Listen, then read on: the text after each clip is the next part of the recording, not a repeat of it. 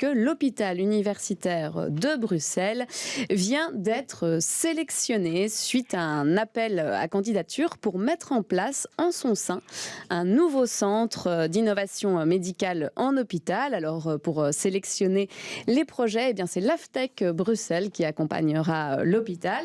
Nous allons comprendre tout de suite comment ça va fonctionner et puis quelle est l'importance aussi de ce projet avec Hélène Linsmo de l'AFTEC Bruxelles qui nous a rejoint en studio. Bonjour. Bonjour. Bonjour. Bienvenue.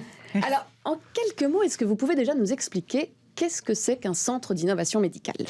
Alors, il y a plein de manières de l'expliquer. En fait, l'objectif ici, c'est vraiment de donner une méthodologie à un hôpital bruxellois pour développer l'innovation, donc pour avoir un processus vraiment d'innovation au sein de son hôpital, et cela en travaillant en collaboration avec notamment des entreprises qui sont existantes.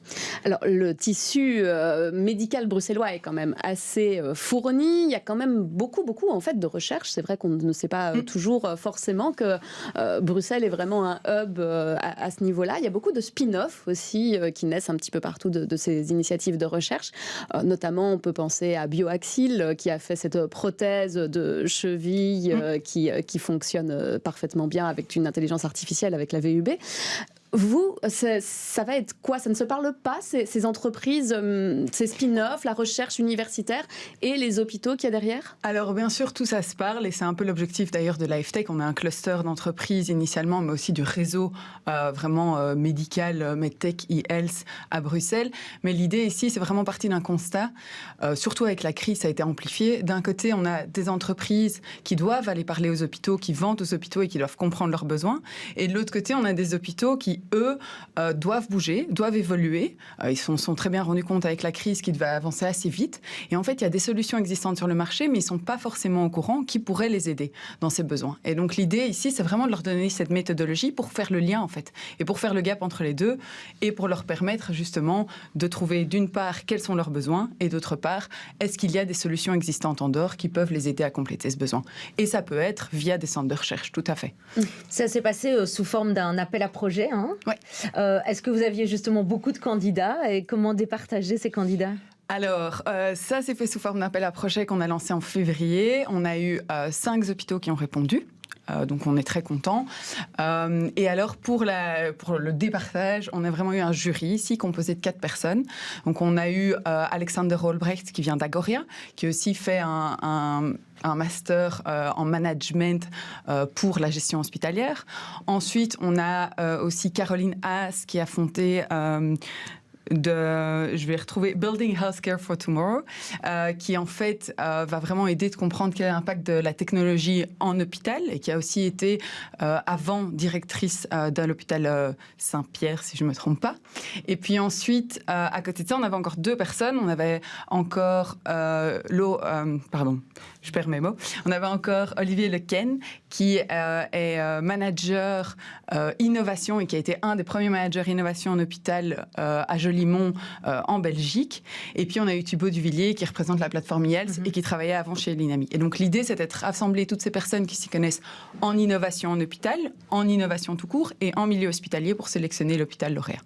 Et donc l'hôpital lauréat, on l'a dit, c'est donc HUB, c'est le nouveau en fait pôle hospitalier qui reprend donc l'hôpital Erasme, l'Institut Jules Bordet et l'hôpital universitaire des enfants Reine Fabiola. Ça veut dire aussi quand même des profils d'hôpitaux dans ce HUB très différents. Ouais, tout à fait. Ça laisse une plus grande possibilité pour les sociétés et les centres de recherche ?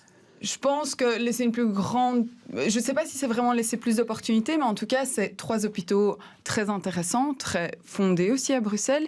Et donc, cette idée d'avoir un gros hôpital, mais qui en même temps va vers du nouveau et du renouveau, où il n'y a pas des process qui sont existants depuis très longtemps, parce qu'ils viennent de se mettre ensemble, c'est un avantage et ça peut permettre justement de faire fonctionner et d'aller avec le centre d'innovation médicale. Donc, le centre d'innovation médicale, on le voit plus comme un accélérateur pour eux dans leur processus d'innovation qu'ils veulent implémenter. Une complémentarité aussi peut-être. Aussi. C'est ça qui permettra en effet Tout à fait. Et par exemple, on pourrait penser à quel type de projet qui pourrait s'inscrire, quelle société pourrait intéresser ou quel domaine plus particulièrement? Alors, il peut y en avoir énormément. Donc là, on va avoir la première réunion avec l'hôpital la semaine prochaine. Donc de là, on va pouvoir aussi un peu déterminer quels sont le cadre de ce CIM. Donc, on peut se baser sur l'entièreté des 3 hôpitaux. On peut plus s'accentuer sur un domaine ou un autre.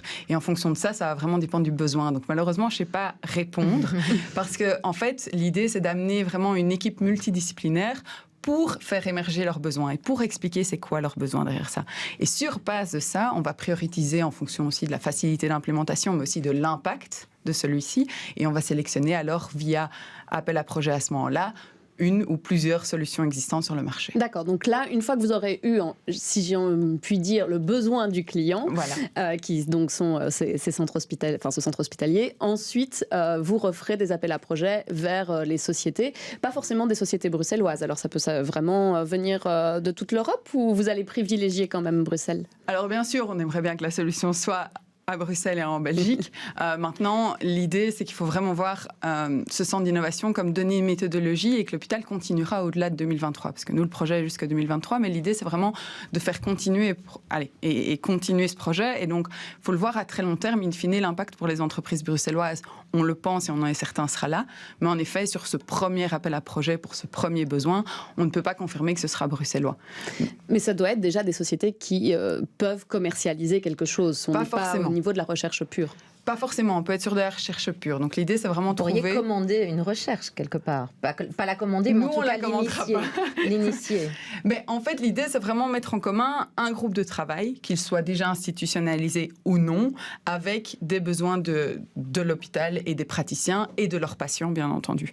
Et donc, que ce soit un groupe de recherche, que ce soit un groupe de travail fait de médecins qui ont trouvé une idée, que ce soit une entreprise grande, petite, start-up, voilà, ça, ce sera dépendant. L'idée, bien sûr, pour nous, c'est de se rapprocher le plus possible de la résolution qu'on cherche. Et alors aussi, après, avoir cette phase où ils travaillent en commun. Donc, il y a vraiment cette idée de co-création entre l'hôpital et les entreprises ou groupes de recherche, etc.